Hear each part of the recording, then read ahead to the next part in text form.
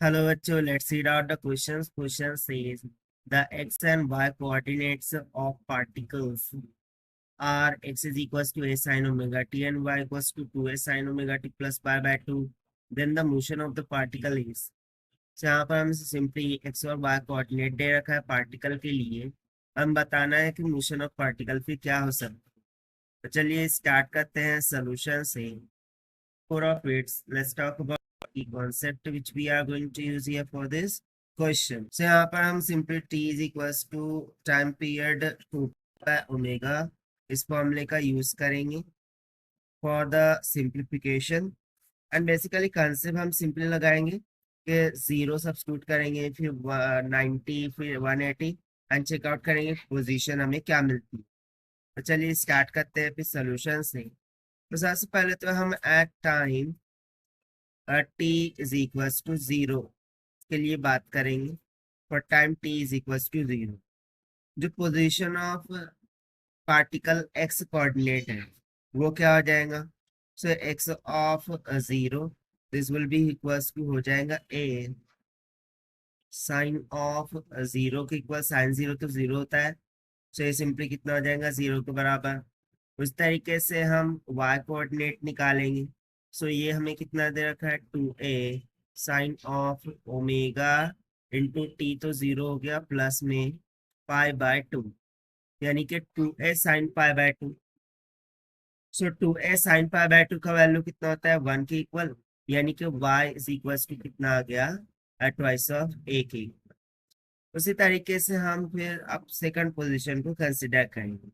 That means at time t is equals to pi by 2 omega. चलिए अब इस position को हम यहाँ पर कंसिडर करते हैं। So x at this pi by 2 omega क्या हो जाएगा x sine of omega into pi by 2 omega. So omega में से ओमेगा कैंसल ये बन जाएगा sine pi by 2। Sine pi by 2 की वैल्यू होता है 1 यानी कि सिंपली हो जाएगा a के इक्वल। उसी तरीके से y is equal to 2a sine of omega t कितना है पाई बाय 2 ओमेगा और प्लस में पाई बाय 2 ऑलरेडी यहाँ पर चल रहा था। सो ये क्या हो जाएगा 2a ओमेगा से omega cancel sine of pi by 2 plus pi by 2 कितना हो जाएगा पाई के इक्वल यानी कि 180। So this will be goes to sine 0 बोलो या फिर 180 बोलो वो किसके इक्वल होता है 0 के इक्वल यानी कि अब y इज इक्वल टू क्या हो गया 0 के बराबर हो गया। अब उस तरीके से हम केस लेंगे ताकि फिर हमें मोशन समझ में आ जाए। So we will say at time t is equal to pi by omega. ठीक है। सो इस कंडीशन में जो x होगा that will be equal to हो जाएगा a sine of omega into pi by omega. So omega से omega cancel sine pi 0 होता है यानी कि x इज इक्वल टू 0 आ गया। फिर उस तरीके से y is equal to 2a sine of omega t की जगह पर हो जाएगा पाई बाय ओमेगा प्लस में पाई बाय 2। सो ये क्या हो जाएगा पाई बाय 2 प्लस पाई यानी कि 2 वन जा 2 3 पाई बाय 2 राइट। तो हो जाएगा 2a sine of 3 pi by 2। So देखिए साइन पाई बाय 2 क्या होता है 1 और ये 3 पाई बाय 2 उसी का मल्टीपल में है। सो ऑब्वियसली ये भी 1 के इक्वल होगा यानी कि y is equal to twice of a आ जाएगा। सो यदि अब हम इसको ग्राफ के द्वारा दर्शा के देखें।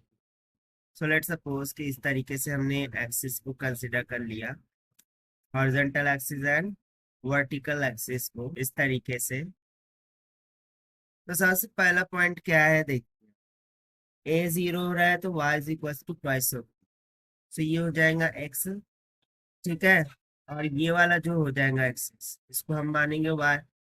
सो x जब 0 है तो y कितना है ट्वाइस ऑफ a के इक्वल है यानी कि हम मान लेते हैं कुछ यहाँ पर है। अब जब सेकंड पोजीशन में y 0 है तो x बराबर क्या है a के इक्वल है यानी कि कुछ यहाँ पर पे। फिर उसी तरीके से अच्छा यहाँ पर एक चीज है minus sine 3 pi by 2। So इसकी वजह से माइनस साइन मतलब -1 आएगा। सो y का position y is equal to minus twice of a होगा। सो उस कारण से जब x अगेन 0 आ रहा है, सो y इज इक्वल टू कितना आ रहा है, माइनस का ट्वाइस ऑफ ए, यानी कि ये कुछ यहाँ पर आ जाएगा। सो आप सिंपली इस डायरेक्शन को और इस पोजीशन को यदि मैच आउट करें, सो ये किस तरीके से आ रहा है, एलिप्टिकल केस में आ रहा है, और साथ ही साथ डायरेक्शन क्या हो गई, क्लॉकवाइज हो गई। सो motion of the particle is nothing but elliptical and clockwise. This is given in option D. That is why option D is correct. So this is the required solution. I hope you understand it well. Best of luck. Thank you.